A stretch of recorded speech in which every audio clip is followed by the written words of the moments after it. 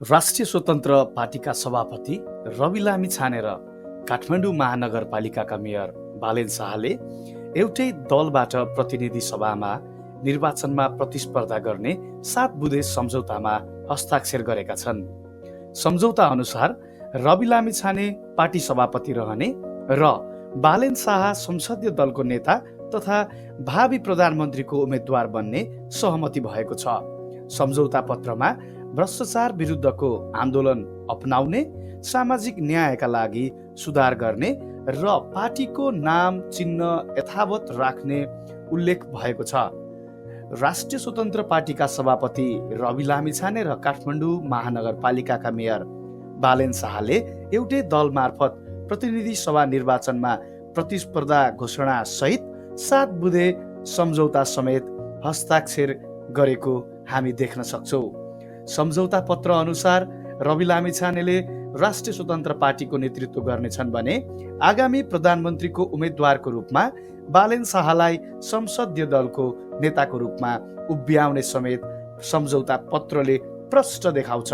सम्झौताको पहिलो बुँदामा नवयुवा जेनजीले भ्रष्टाचार र कुशासनको विरुद्धमा गरेको आन्दोलनको अपनत्व लिने समेत उल्लेख छ।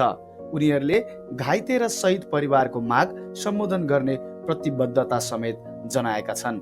दोस्रो बुँदामा समुन्नत र सामाजिक न्यायका लागि प्रतिबद्धता जनाउँदै नीतिगत, संस्थागत र संरचनागत सुधार गर्ने भनेका छन्। उनीहरूले नेपाललाई 10 वर्षभित्र सम्मानजनक मध्यम आय भएको मुलुक बनाउने मार्गचित्रमा इमान्दार भएर समर्पित हुने भनेका छन्। रवि र बालेनले आफूलाई पहिलो र दोस्रो पक्षको रूपमा प्रस्तुत गर्दै अब बृहत एकता गर्ने उद्घोष समेत गरेका छन्। राष्ट्रिय स्वतन्त्र पार्टीको नाम, चिन्ह र झण्डा भने पुरानै हुनेछ।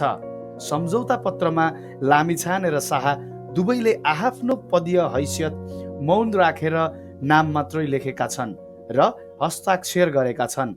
सम्झौतामा राष्ट्रिय स्वतन्त्र पार्टीको विषयवस्तु उल्लेख भए पनि रवि लामिछानेको नाम मात्र छ। के यसले हामी के बुझ्न सक्छौँ? उनले पार्टी सभापतिको हैसियतले भने हस्ताक्षर गरेका छैनन्।